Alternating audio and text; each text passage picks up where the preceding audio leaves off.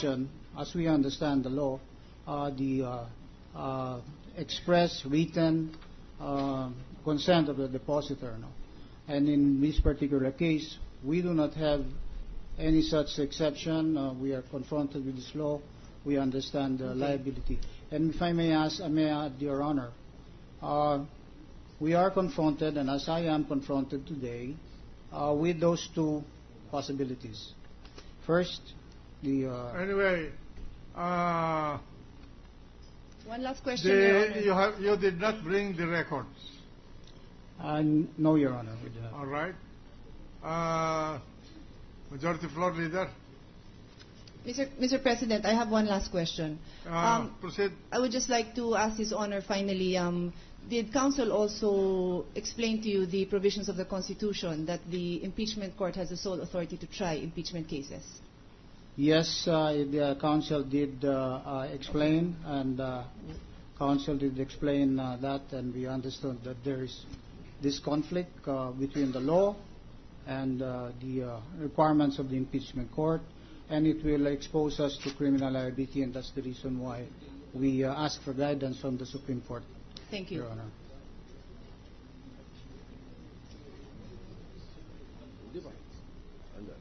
Mr. President, Senator Svenya wishes to be recognized. Senator Svenya. Thank you, Mr. President. Just for clarification, may I address my questions to the prosecutor? We're a little bit confused. We counted 14 accounts that were subpoenaed from PS Bank. Do you have the list in front of you, Attorney? Yes, Your Honor. The subpoena lists 10 accounts, Your Honor. 10. I Only. had 14. Not 14, Your Honor. Our request was 14, Your Honor. Yes.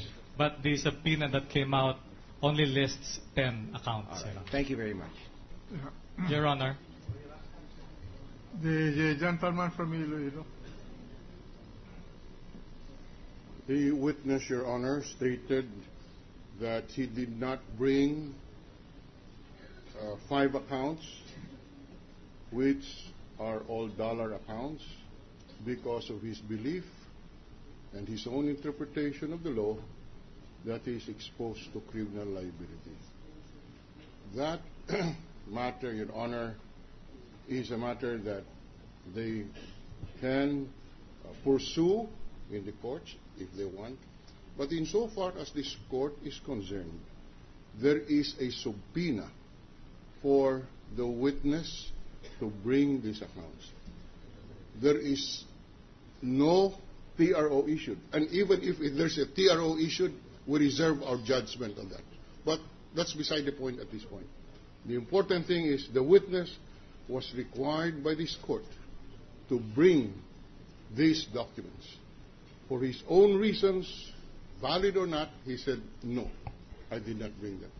We therefore, Mr. President, move that this witness be required to explain in writing, not later than 12 noon tomorrow, why he should not be declared in contempt of this court. And to come back at 2 o'clock tomorrow afternoon with the documents. The gentleman from Makati and Bicol. Thank you, Mr. President. As I've told the prosecution before, I once sat in the prosecution table. In the impeachment complaint of President Estrada, we requested, and the Senate issued various subpoenas. Everyone complied on the peso account. When Citibank was subpoenaed, the representative of Citibank appeared,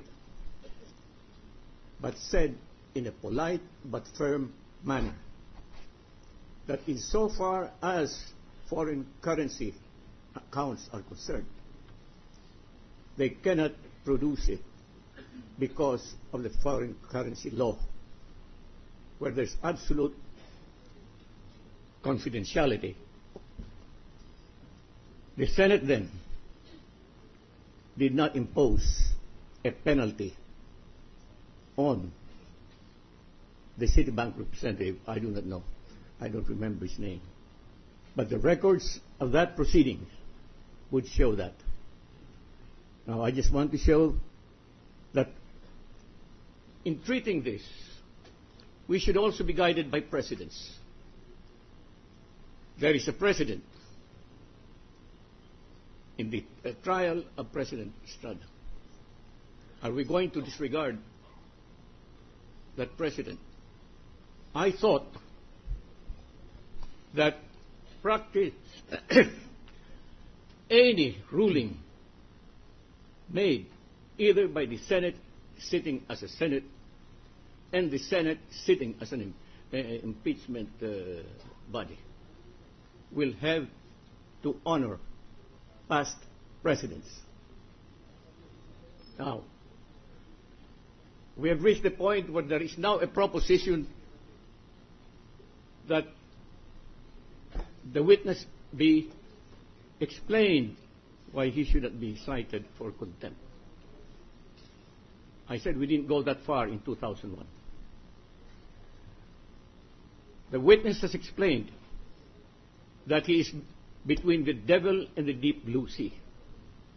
Namely, the dilemma is, if he complies with the order of the Senate, he and the officers of the bank run the risk of being sued criminally, and that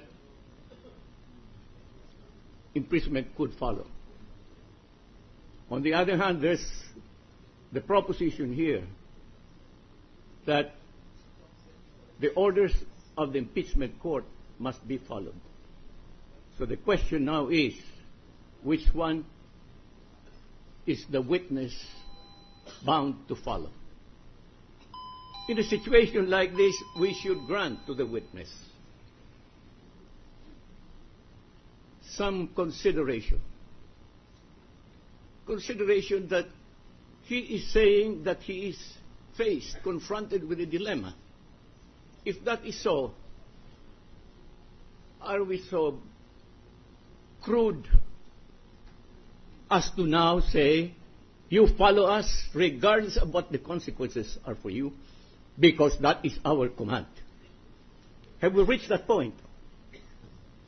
I'm asking the Senate, because I experienced already that one, that issue. If you dare disobey, we will cite you for contempt. The witness is now a victim of circumstances. He is not in bad faith. He is in good faith. He's faced with a problem. Which one is it to follow?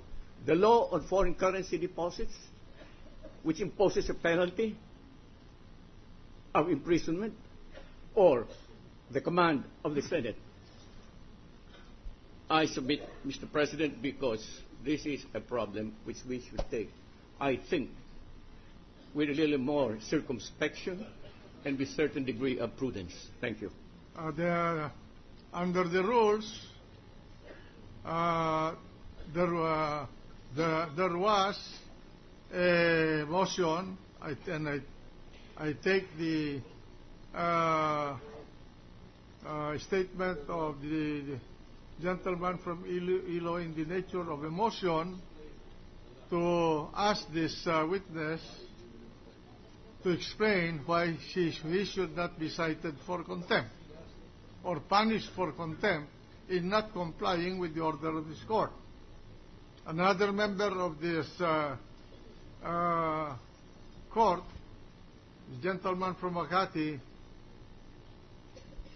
took an opposite position, which is, to me, a form of objection to the motion. Mr. President. Then, in that case, Mr. President, may I offer a Majority middle Floor Leader? May I offer a middle ground, Mr. President? Yes. Let us cross the bridge when we get there. We can accept.